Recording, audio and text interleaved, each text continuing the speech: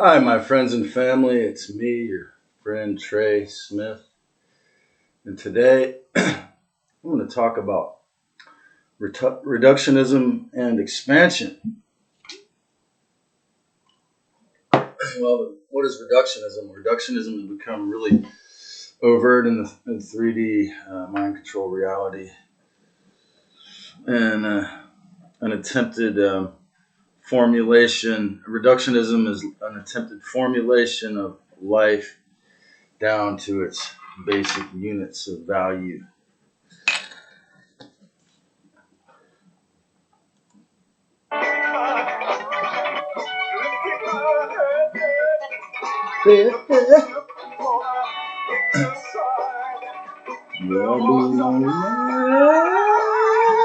Is ruling the future. Sarcasm.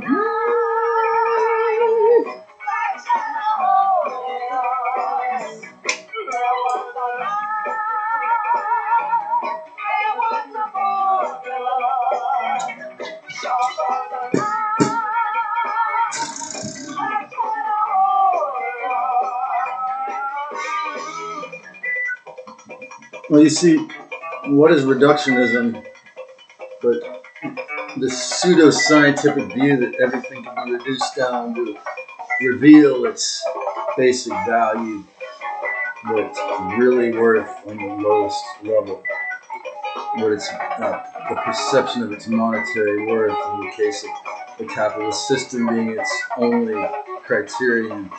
So thus it is a big component of this classical scientific method and its philosophical collision with capitalism and what I call the scientism death cult, as well as a seeming necessity as over the last 3 centuries for the emergence of the scientism death cult, whereby the real scientific method was gradually replaced. Still waiting for you to wake up, unless you're already awake. So gradually, what was really a pretty good idea, the scientific method, was gradually replaced by the selective promotion of dogmatically 3D and materialistic, what's called scientific materialism, materialistic and capitalistic reductionism of all ideas, ultimately, when it comes to, as I said, referencing Christopher Hitchens' expansive work, The Great Mistake, how they took over the college system, at least socially as much as possible. Reduction of all ideas, inventions, and concepts down to its one core component, or, if you go into Newtonism, the supposed, in billiard ball logic, the one little thing that caused it, supposedly. Everything is all reduced in the SDC and to science and progress being only what is able to generate a profit, of course, and also, of course, to maintain control in the invisible hands of the 1% criminal robber barons and their obedient minions, control as well as their slavers. And of course, this goes back to many other people, and I've said in several other transmissions, the idea that the fifth element and the sixth element and ether, for example, doesn't exist, so that they can control you with it. Think of the Nazis' term for reductionism as far as capitalism goes. Think of the Nazis' term useless eaters. Okay, people who only consume but do not produce. How does the California welfare, country club, prison, slavery, gouge pageant, where many are homeless or living in their vehicle, given $1,200 a month by the government to consume, how does that fit in with this idea of useless eaters and reductionism? Of course, since the Middle Ages, where and when humans were forced, and from the beginning of this concept of being forced to pay rent or that someone can own land, capitalism was and is and has been more and more forced, and particularly in the places they're desirable to be. And thus, if people are in the so-called secret societies or just obedient to the 3D narrative of slavery, everything becomes reduced to a dollar value, right? What is it? The dollar value. What's it worth?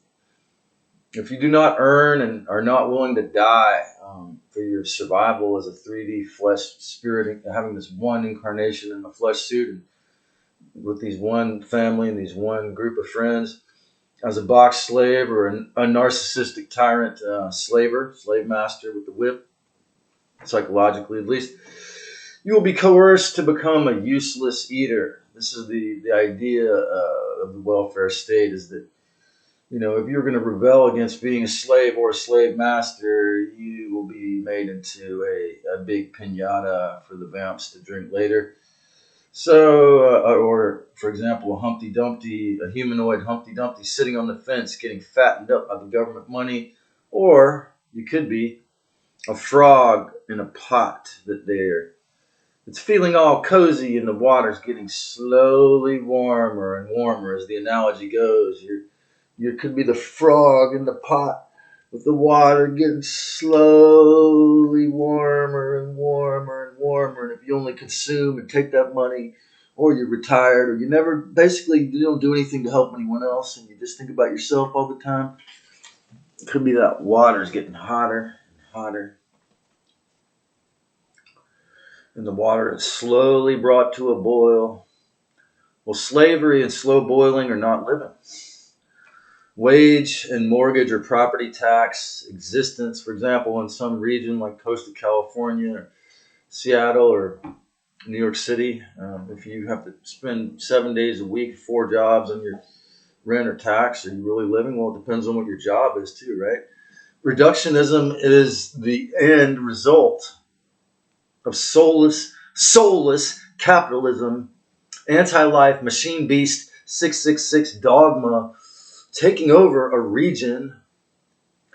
For example, most Californians, at least on the coast, or even the whole state, if they believe it, the statism, they believe that what they're told is reality, their subconscious mentation is going to be, what is this person or place or thing's utility or financial value? Because they're strapped for cash, because they're paying insane amounts of rent to these perhaps sometimes conquistadores, great-great-grandkids. The only value, okay, this subconscious thought is in every extreme capitalist, competitive capitalist region. The only value is the money. So thus it becomes soulless or anti-life and financially amazingly powerful and tyrannical. On the other hand, the real original creator is expansive, but in a fully nurturing and respectful way. You were given free will. My mother's sister's husband, my Uncle David Brown, said to me one time when I was young, I don't know what his mom or his dad or mom told him, or someone told him, and he realized it was true. He said, they told me the point of life is to find something you love to do and become so good at it that people pay you money to do it. Well, I would add the caveat that as long as you're in a capitalist, or in the case of most places in the world, you're forced into a capitalistic system, then yes, that's the best. That's a very good idea if you have to come up with capital. Okay, the reality is not capitalistic reductionism, but the idea that the great divine Christ, Mother Spirit or Mother Earth as well, she was lonely with no one to talk to learn from, or have amazing divine sacred sex, or reproduce the divine human Christed flesh suits in order to expand her joy. So the Christ chose to fragment, or chose to form into different timelines or flesh suits to expand the learning, joy, awareness, and to create, heaven on earth, a beautiful reality, and reproduce the divine human Christed flesh suits in order to expand her joy, awareness, discernment, to learn, and equal respect for all life in order to learn and have fun and grow. However, there is no soul growth in heaven. Okay?